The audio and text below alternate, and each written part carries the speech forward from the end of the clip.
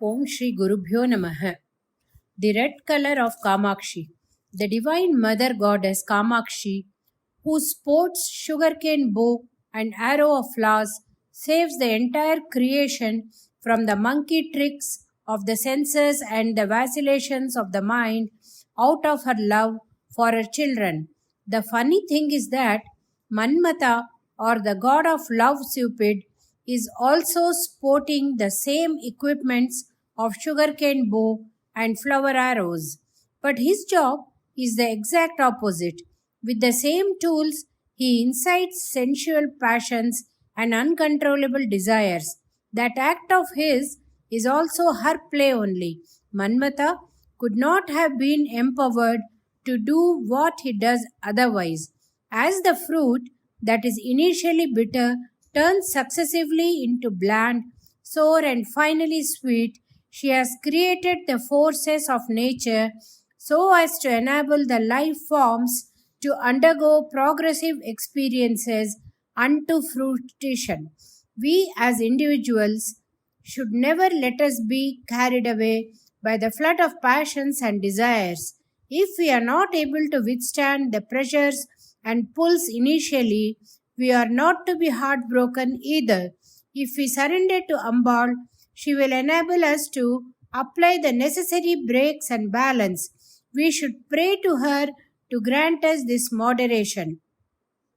When involved in samsaram, that is worldly life, we should often ponder if there is some saram, some essence in all this. To think like this is the saram or essence. Then only dispassion is achieved. Dispassion is not a negative entity such as ennui. KTSV adds, even if you take it as ennui, simply as boredom, Oscar Wilde says, ennui comes to those to whom life denies nothing. So dispassion comes after going through the experience of life, while all along one is maturing into virakti. As the fruit goes through the process of fruitioning, when it is ripe enough, it separates from the tree and falls. Like that, let us fruition into ripeness and fall into Mother Earth, that is Mother's feet, and merge. Like us, many lives have accumulated infinite quantity of karma vinay, that is good and bad effects of actions. To cancel out these merits and demerits, they have to take life and undergo the effects of experiences. In the life taken, now we have the option to further accumulate the baggage or reduce the load. The only way to reduce the load is to go through the process of life with the clarity that all intelligence, money, name and fame, power and influence, capabilities and wherewithal may be used the dharma way for the common good of all or in aiding and helping as many as we can. Then we get to the stage of no further cycle of life and death. So, this life is an experiment and the whole world is a laboratory. Life is the teacher and the whole world is a school. Passion is created to arrive at dispassion, and Kama or Manmata or Cupid is one of the administrators. Is it everything has to remain within bounds? Mother will not permit even Manmata to play his pranks with the devotees and realized souls. She only caused Parmeshwara to become enamored of her. Manmata tried his tricks with Parmeshwara. Parmeshwara opened his third eye and reduced Kama to ashes and returned to his static state. Now, then, how is her play of the world to continue? She picked up the sugarcane bow and flower arrows dropped by Manmata herself and approached Parmeshwara. She did not come with pride but love and humility. So Parmeshwara became Kameshwara and she became Kamakshi and Kameshwari. The thing that is totally inactive becoming worldly friendly, that essence of love, grace and compassion is Kamakshi. The Suddha Sphatika Sankasham, Brahmam, crystal clear cosmosphere, then becomes red. The red of Arali and Lotus and Sandhya is indicative of love and compassion. Red is not all bad and danger only. In Tamil, there are words such as Manachemmai and Sevviya Ullam to mean a refined mind and perfect heart, both red. That is, the color of Kamakshi, the color of compassion. Kamakshi, who is black and red. There are many stotras and on Kamakshi. Among them, the Saundarya Lahari by Adi Shankara and Mukha Kavi's Panchasati are incomparably beautiful. They can bring before our eyes the divine form of Ambal as though drawn by an expert painter, merge our minds in the very salubrious greatness of her qualities. Those two poems in praise of Parashakti have the power of expression that enables us to enjoy what is beyond the grasp of the senses and mind. Saundarya Lahari has all the might of royalty, while Panchasati has the softness and tenderness of silk and flowers. Mukha in Sanskrit means dumb. A great devotee of Kamakshi in Kanchipuram chanced down Mother's grace by eating the tambula leftovers immediately. He poured out 500 nectarine poems of superlative literary merit that is called the Panchashati. Pancha means 5 and Sata means 100. In Panchashati, while describing Kamakshi's complexion, he says in many places that she is very red, crimson red. In some places, he says that she is black.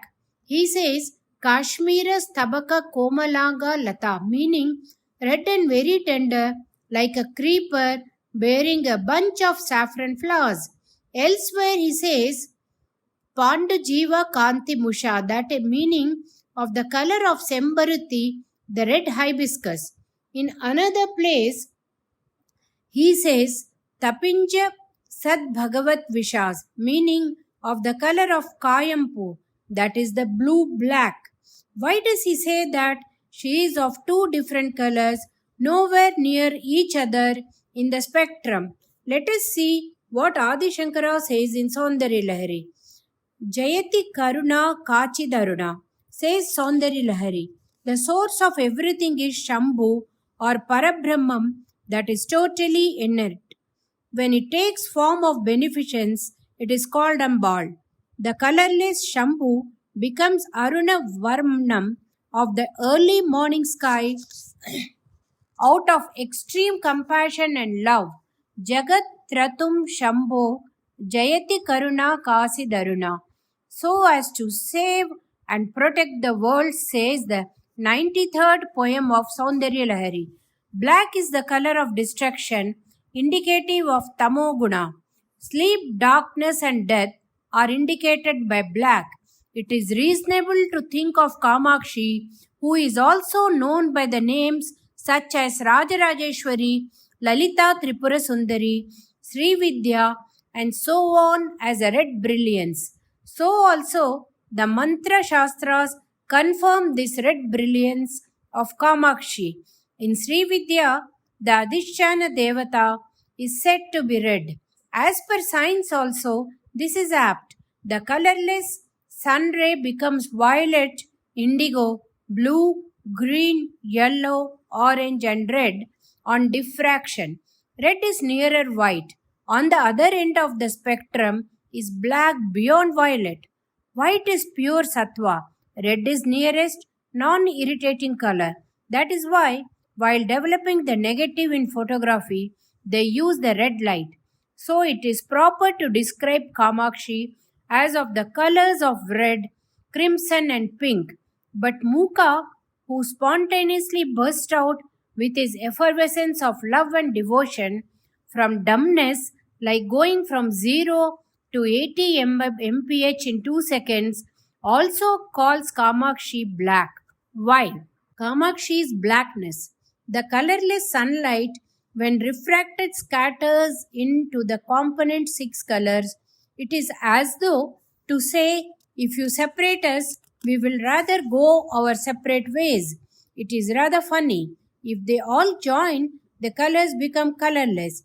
From that colorlessness, even if you separate one, others come out too into a spectrum. Brahman is like the colorless sunlight. Brahman has no work, no activity, but all the basis and power for all action and for all the dynamism is potentially in Brahman. The first job of the actionless Brahman is to become aware of its own self. This is like the first movement in the static Brahman, like the refraction of light. In this refraction, the first color to separate is red. Early mornings, before you see the sunlight, the eastern sky becomes tinged with red. We call it Arunodayam. Aruna means red. When thus clean Brahman comes into action, Ambal comes into being. Actionless Brahman becomes dynamic. Kameshwari appears. Brahman had the desire for self-awareness. That desire's form is Kameshwari. She is the source root for world's creation or appearance, sustenance or maintenance, and reabsorption or samharam. In truth, all these main jobs are from Maya only. By the power of Maya, Brahman is hidden and in its place appears this universe. This screening of Brahman and revealing of universe is called the fourth job known as Thirodhanam or Tirobhavam. Other than these four major jobs of creation, maintenance, reabsorption and Tirodhanam, there is a fifth job of Anugraham or grace of compassion. This last one is to retrieve the devotees from Maya unto herself is Anugraham. Because she does these five main jobs, she is called Panchakritya Parayana in Lalita Sahasranamam. This power of Brahman is effulgent as Kameshwari on a celestial seat Manjam. The four legs on which the Manjam stands or the four chains by which the Manjam is hung are the creator Brahma, administrator Vishnu, destroyer Rudra, and Maya's ruler Ishvara. The Parabrahman Kameshwara is seated and on his left is Kameshwari. Kameshwara is Parabrahman and Kameshwari is his power. They are husband and wife. Once the red Kameshwara and Kameshwari separate from Brahman, other colors of the spectrum have to rush to be revealed. Is it not so? By this logic, the red-yellow Brahma and Lakshmi appeared. The blue Mahavishnu and Parvati came into being. The fair-colored Rudra and Saraswati were revealed. Among these three pairs that appeared from Brahma Shakti, each is a brother-sister combination. That is, Brahma and Lakshmi, Vishnu and Parvati, Rudra and Saraswati are three pairs of siblings. Brahma and Lakshmi are golden colored and have lotus seed. Brahma started his job of creating variety of life forms. Lakshmi started her action of multiplying wealth and wherewithal for the use of the so created life forms. The blue-black cloud colored Vishnu and Parvati are similar siblings. There is to address the administration with Maya. Look at Durga's sanctorum on the northern aisle of the Shiva temple's praharam. You will notice that she stands alone, sporting the Shankam, conch and Chakram wheel as done by Vishnu. That is why she is called Narayani, Shyama Krishna Sahodari, etc. Shiva and Saraswati likewise are siblings. In Shiva temples, on the southern aisle exactly opposite to Durga will be located Dakshinamurti. He will be sporting in his hands a book and Japamala as Saraswati does. They are both representing the supreme state of resignation and dispassion. They are both white. There is logic in the evolution of the three different pairs. Each male has to wed a female. If there were only two pairs, it would mean give a girl in marriage and take a boy from the same family, which is not much preferred. When there are three pairs of brothers and sisters, a more round interchange of traits, that is, gunas and complexions, is possible. Brahma married Shiva's sister Saraswati, golden and white. Vishnu married Brahma's sister Lakshmi, blue, black, and golden. And Shiva took Vishnu's sister Parvati as wife, white and blue black. Blue and black are indicative of Tamoguna. White is Sattva and golden is Rajoguna. Thus, there is greater mixing in Lakshmi, Saraswati, Parvati, being the consorts of Vishnu, Brahma, and Shiva, respectively. Now, KTSV adds, by now, your heads must be reeling. Mine is. Okay. It is one entity or power, call it what you want, that is seen or appear as all this. Calling it Parashakti, she does become all this. Still, we relate her to Maya and allude the role of screening or Thirodana as her main role. Mukha Kavi in Panchasati, while describing crimson red Kamakshi, refers to her as being blue-black too. Kamakshi's job is to remove Maya and grant her grace as Anugraha. The white Shiva, having the blue-black Kali as his consort, does the job of Samhara. Kali means black, but why does the poet at times refer to Kamakshi as black? Why does he say that Kamakshi also does Samhara or destruction? We all do work, then we become tired and sleep. Sleep is a tamas job. It is all darkness, all black and no light. Still, it is in this sleep that living things find some peace. For the day's efforts and resultant tiredness, some sleep is interposed. To give some temporary relief, so in tamas there seems to be much anugraha. Samhara is big sleep, as there is no sadness in sleep, and we find peacefulness and quiet after death too, till we take a life form again. Jiva, during this, in a peaceful state of suspended animation, to relieve us from the ties of karma, involvement temporarily, we are being given some intraganam between death and next life, while those who have realized the self or Atma and completely got rid of the ahankara or ego can permanently escape the paradox of karma. But temporary relief is available to all in short spans in sleep and longer spans in the gap between death and next birth. So, samhara or destruction is also with extreme care, consideration, and compassion. A great Vaishnava devotee, Nammalvar, starts a poem with the words Muniye Nan Mughane Mukkanappa. He says Muni, four-faced, three-eyed father, he is addressing Vishnu, Brahma, and Shiva. When it comes to Shiva, this Vishnu Bhakta calls him three-eyed father, as though a very considerate father tells the son, my dear boy, you are very tired after much running around.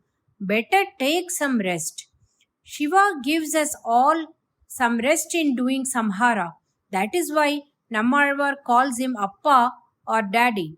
This Shiva who does samhara has the dark Parvati as his consort.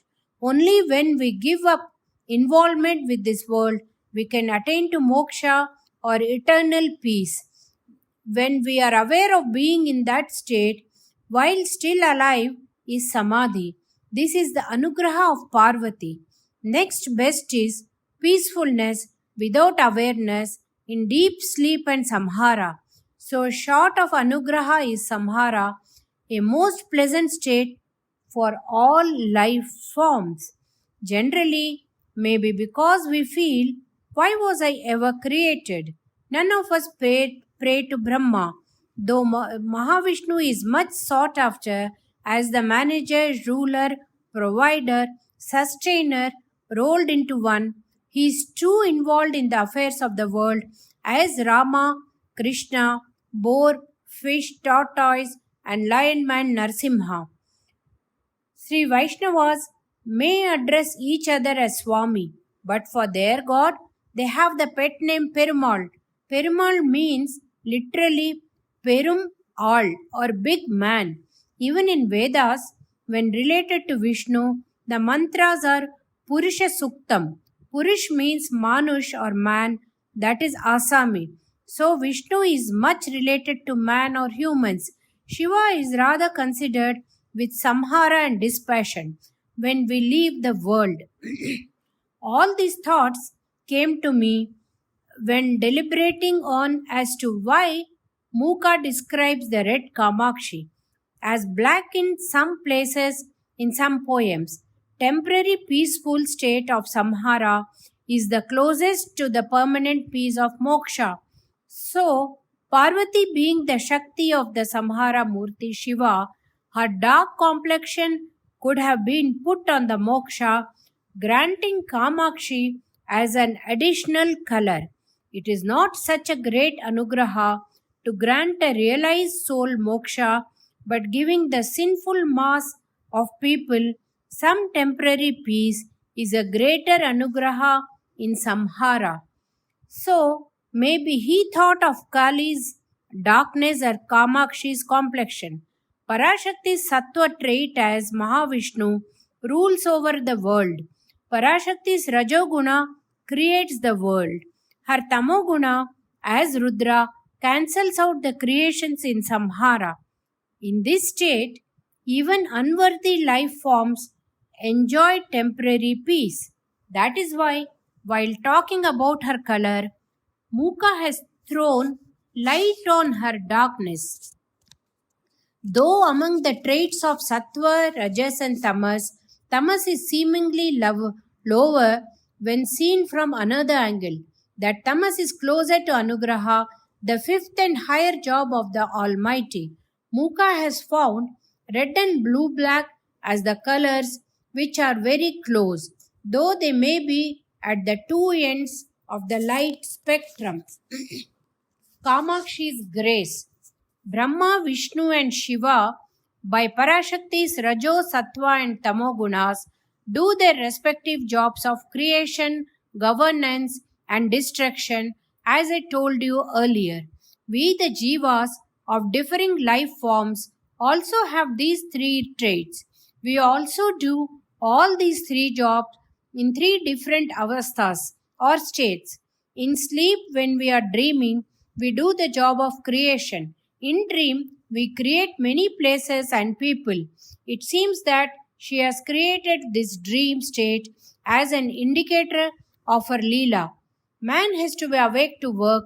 When man is tired after work, he has to sleep. So these two states of Jagrat, wakefulness, and Sushpati, sleep, are good enough. What is the need for dream state? The answer can only be that out of her extreme compassion and grace, she has enabled us to dream and thereby realize by comparison and logic that the whole world, universe, and all life forms are only her dream. So say the Gyanis. We can still have a doubt as follows. How are we to believe the version of what these Gyanis say? We are seeing so many people, animals, creatures, and other life forms interacting in time and space. How are we to think of them all as dream characters? To remove this doubt, we have to take note of the fact that is each one of us have the dream state in addition to Jagrit and Sushpati. As we are all God's creations, we create people, places, and events in our dreams. During the dream, do we think of them all as imaginary while still dreaming? No. In the dream, it is all real. We laugh, cry, and do many things. What happens when we wake up?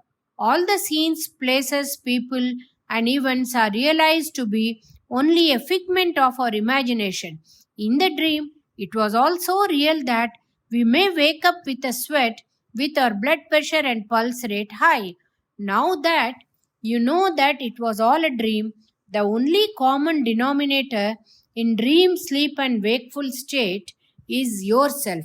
Similarly, the only common denominator for all the world's people, life forms, and events, then, now, and ever, is her, that is God.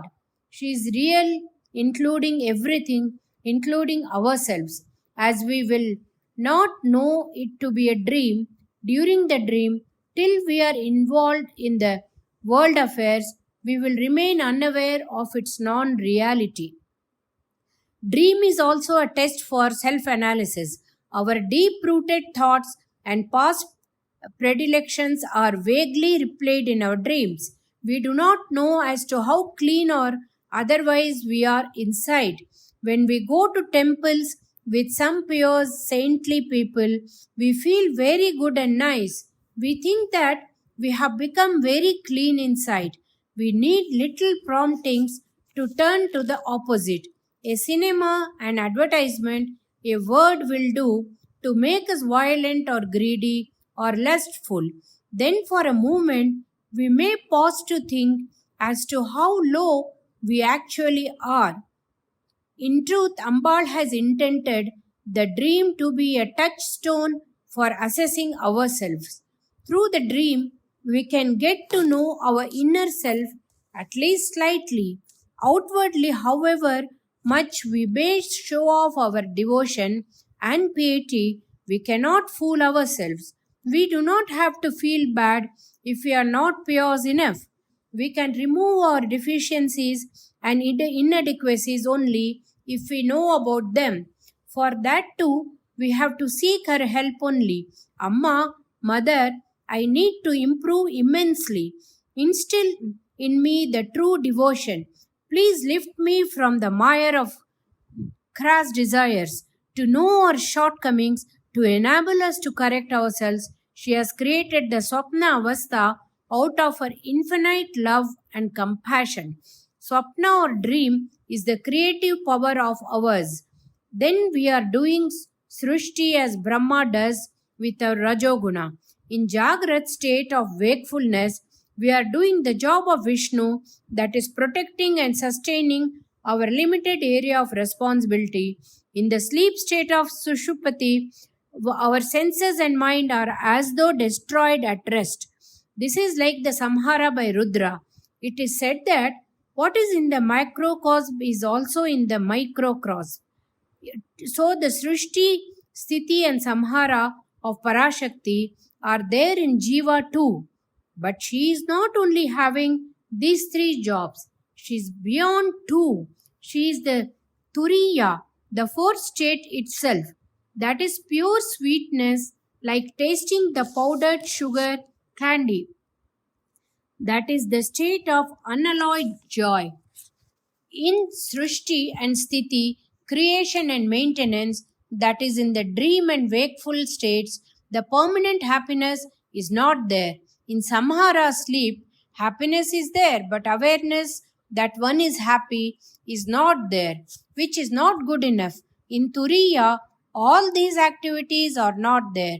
Only the basic truth of being with total awareness, being and knowing happiness, Sat Chit Ananda. If and when relieved of the three states, the Jiva can enjoy the Turiya by her grace.